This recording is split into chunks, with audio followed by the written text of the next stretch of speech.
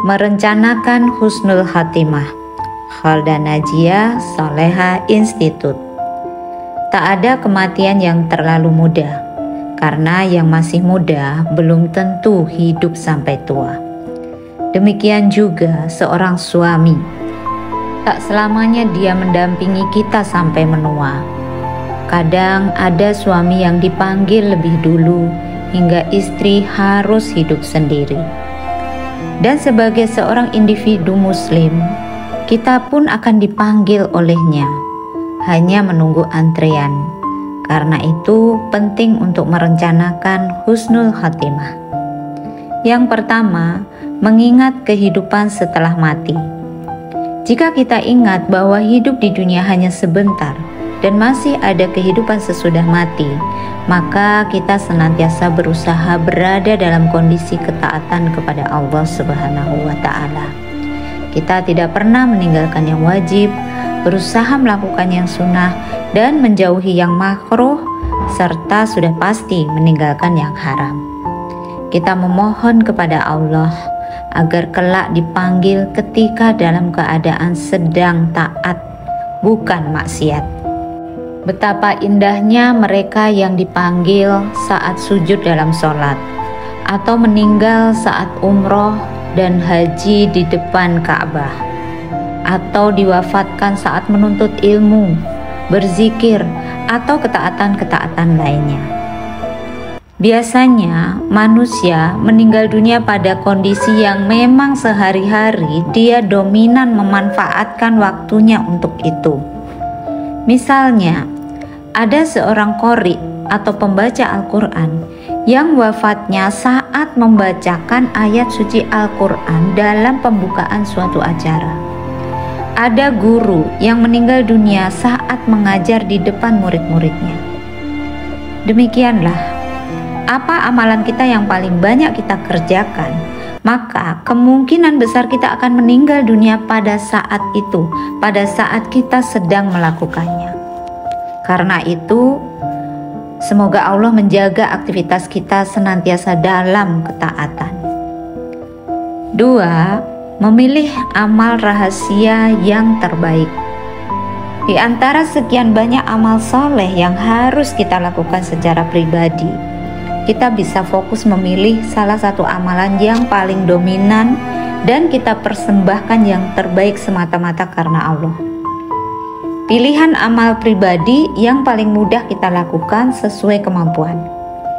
Amalan yang paling menyenangkan yang kita sama sekali tidak merasa keberatan untuk melakukannya. Amalan yang ketika kita melakukannya, kita asyik tenggelam di dalamnya. Amal ini hendaklah menjadi amalan rahasia pribadi kita yang tidak kita ceritakan ke siapa-siapa. Kita tidak jadikan amal ini sebagai bahan branding dalam rangka membentuk citra diri. Ini benar-benar adalah amal yang khusus kita persembahkan kepada Allah Subhanahu wa Ta'ala, bukan yang dipublikasikan. Misalnya, ada seseorang yang sangat menikmati sholat tahajud, maka itu amal pribadi terbaiknya. Meskipun dia juga rajin sedekah, rajin puasa sunnah maupun amal soleh lainnya, namun ia senantiasa menjaga sholat malam dan mempersembahkannya sebagai amal terbaik. Inilah amal yang diharapkan menjadi pemberat timbangan di yaumul hisab. Demikian pula, ada yang sangat menikmati tilawah Quran. Maka jadikan tilawah berkualitas menjadi penghantar sebagai amal terbaik. Mungkin ada juga orang yang selalu puasa sunnah, maka persembahkan puasa yang terbaik. Ada juga yang sangat hobi bersedekah, sehingga sedekah menjadi amalan yang paling dia nikmati di antara jenis amal taat lainnya. Bukan berarti kita fokus hanya mengerjakan satu amal taat, tapi kerjakan semua, namun pilih satu yang kita azamkan sebagai persembahan amal terbaik di hadapan Allah, yang kita tidak pernah lalai mengerjakannya, yang kita fokus berkorban untuk mengerjakannya. Yang ketiga, miliki proyek amal jariah terbaik. Kita punya keterbatasan waktu dan energi. Tidak mungkin kita sanggup mengerjakan segala hal.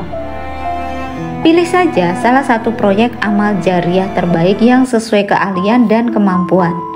Sebuah proyek yang bermanfaat untuk umat dengan waktu jangka panjang. Bahkan proyek mulia yang kita persembahkan secara cuma-cuma ini akan bisa terus mengalirkan pahala ketika kita tidak ada. Jadi kita hanya berharap pahala sebagai amal jariah semata. Misal, seorang hafiz Quran memilih proyek mengajarkan Al-Quran kepada anak-anak dari keluarga tidak mampu secara gratis. Seorang pengusaha yang sukses membuka pendidikan bisnis gratis untuk pemuda-pemuda pengangguran. Seorang dokter memiliki klinik yang khusus digratiskan untuk pasien yang tidak mampu. Demikian seterusnya. Jadi proyek ini benar-benar harus berorientasi pada tersebarnya manfaat bagi umat. Mungkin akan ada bonus berupa materi. Mungkin akan ada publikasi atas keberhasilan proyek ini. Suatu saat nanti siapa tahu. Tidak mengapa, karena semakin luas publikasinya, semakin banyak orang yang tahu, maka akan semakin banyak orang yang mendapatkan manfaat dari proyek amal soleh ini. Dan semakin banyak yang bisa kita berikan kepada umat, maka semakin banyak amal jariah kita.